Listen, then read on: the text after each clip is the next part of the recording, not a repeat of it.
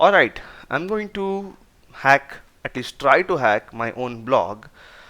And the disclaimer that I need to put here is that when I'm hacking my own blog, I do have permission, of course, to hack my own blog. But please do not use any of the methods shown here or otherwise to hack any target for which you do not have permissions. If you do, that will be illegal and the responsibility will be solely yours. Now let's begin. Um, for that, I'm going to use DDoS attack, which is distributed denial of service. Okay, now I have the command prompt open. And first of all, let me go to my website, which is thephysicist.in, which is the blog on WordPress. It was actually hacked. I'll tell you something about that at the end of the video. But first of all, let the website load. Okay, the whatever delay is there in the loading of the website, it's partly because of the JavaScripts that I use to make the website functional, because it's a technical website, and partly because my internet connection is running a little slow today. So I'm going to use the incognito mode because I do not want the performance of my website to benefit from any of the cache storage. So now that's my website opened in incognito mode. Now let's just check the connectivity using ping tool, a simple ping tool, which is www.thephysicist.in. Things are fine. The ping time is the maximum ping time is 137 milliseconds. You can see in this 4 packets, and there is the IP address, apparent IP address. I'm telling you first, this is not the real IP address of my website, because I have proxied the real IP address. So whatever you see is just a proxy IP address. So it is 104.28.24.96, which we will target later on. Now let's just the ping test. Okay, for the hacking, I'm going to use 2 tools. First, I'm going to use SwitchBlade, which is one of the most favored and most used tools for newbie hackers.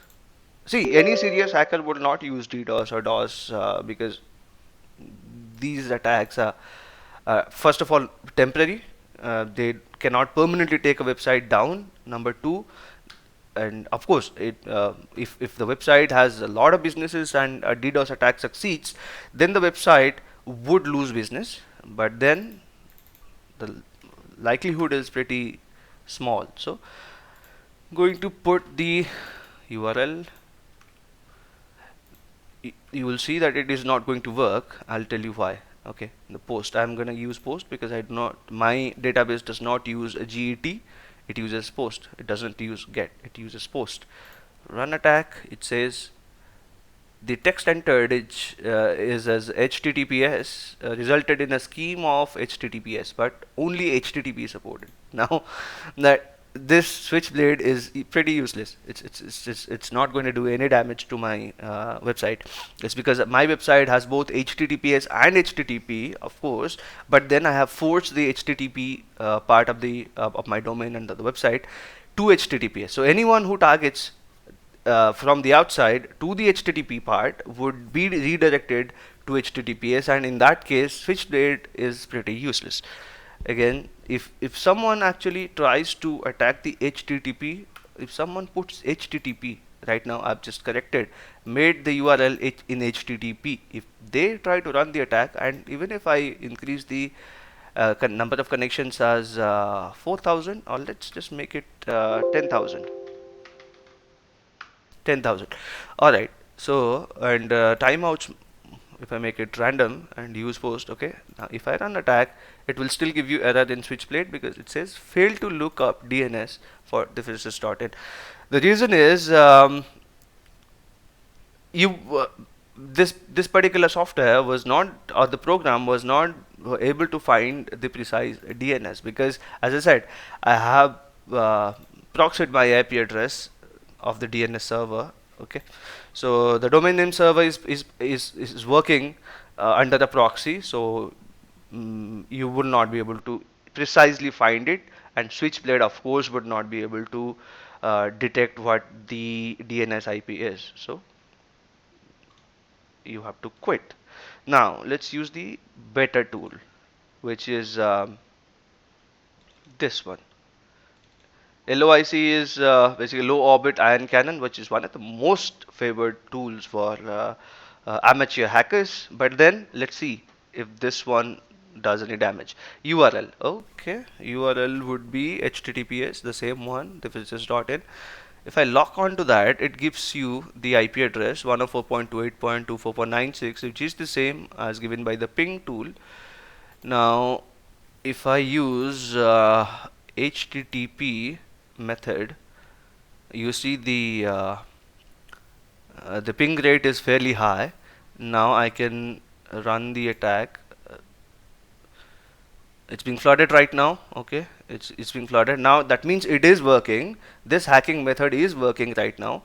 But then I go on and check the performance of my website. I don't think much effect on the performance as of now. So let us just have this running and let's have some talk. Okay, let this requests rise, the downloads rise. Okay, and I'll tell you one thing.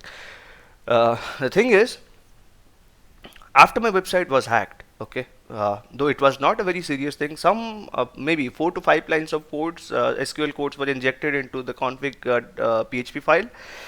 I combed the entire database and file systems and found the problem, removed it, and then I took additional security measures. Now I can check that from the activity logs, any time, any point, any part of the database of my website or my blog is changed, even by the plugins that I use, what happens is I get notified immediately via email. Okay. So if anyone tries to create a fake user profile and try to inject some PHP codes or SQL codes or uses any other method, the moment any part of my website is modified, even if done by me, I get notified. I can see the entire activity log and everything. I can find out if someone tries to manually do some suspicious activities. I would know and I will take necessary actions. So that is one thing. But again, I accept the fact that nothing, not even Google, not even Facebook, not even NASA are beyond the vulnerabilities of hacking. So every system has vulnerabilities. Definitely mine is prone to attacks, and it could be hacked, but it would take some degree of sophistication for the hacker to attempt it. And at the same time, I myself am acting as the most dedicated attacker or hacker for my own system, be it my PC, be it my phone, be it my website. So whatever it is, it will always be me who comes to know about the exploits first. So once I know the exploits, I'll fix it. I'll make my website security harder to crack. Okay, so these are the two things that you have to remember as long as you have a digitized system. More often, so if you have a website or a blog, okay, it goes the same for your PC or your phone also. Always make sure that you have the best of the security as possible. Okay, now let's see the performance. It has gone higher. The downloads are in 7,000s, requests are also in 7,000s. Refreshing the website now. Let's see, it loads fine. It loads fine. The most heavy part of the website is news, because that has got a lot of JavaScripts. So yeah, considering the complexity of the page itself, it loaded fairly unaffected. That is exactly how it behaves. It's supposed to behave. So everything is fine here. Let's go to research page.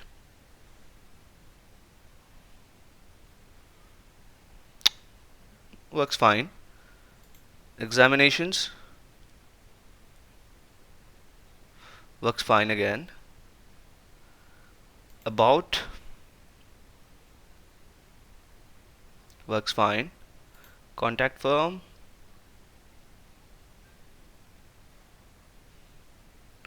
works fine. Subscribe works fine. If I go to the login page, that also works fine. If I try to come back, yep, I am on the subscribe page. If I go to register,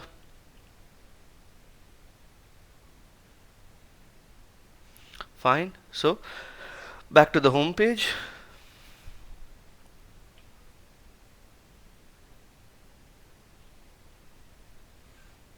Yep, let's go to a post.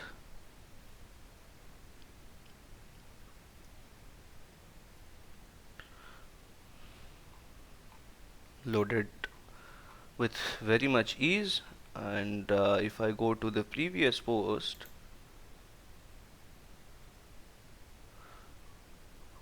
nice.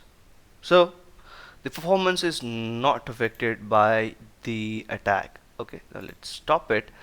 Let us use now the lock on, and let us use the IP targeting also, which is 104.28.24496. 104.28.24.96. Let's check. 104.2 104.282496.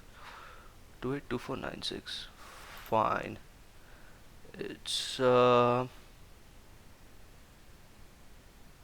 yeah, as you just saw the notification from GoDaddy, I do have GoDaddy domain. Not gonna tell you which server I'm using, but again, yeah, you can't log into my GoDaddy even if I give you the password, because it's two-step authentication. I use two-step authentication every possible where. So wherever there is two-step authentication or two-step verification available, I use it. And I also have enabled the two-step verification to log into my website as an administrator. It's a must. If you are an administrator to my blog, you have to have two-step authentication configured.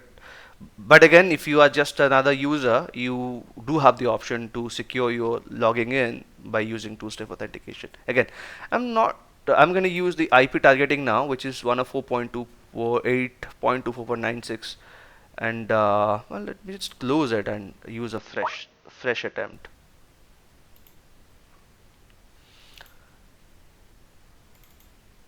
Okay, the fresh attempt 104.28.24.96. Is that right? 104.28.24.96. 104.28.24.96. Lock on. Yep. Using HTTP again. And everything is fine. Let's launch the attack. Okay, now let me close the browser and open it once again. Incognito, ThePhysicist.in.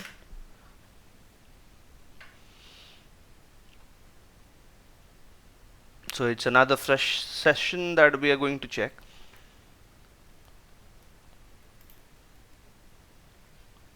Okay.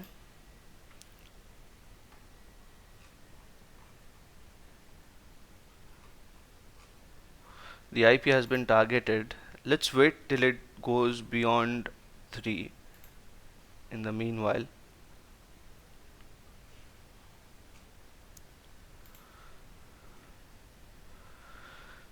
let's just refresh.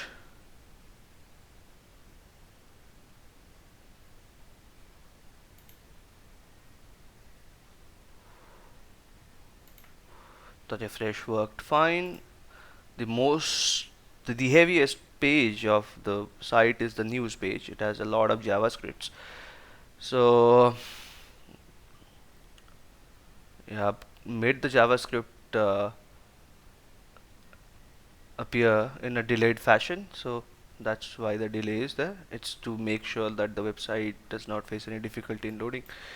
Now the page has loaded pretty fine without any delay. Research.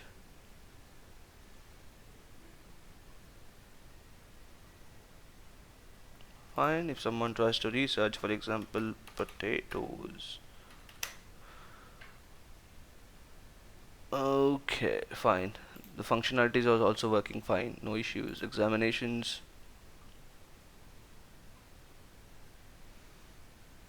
No issues.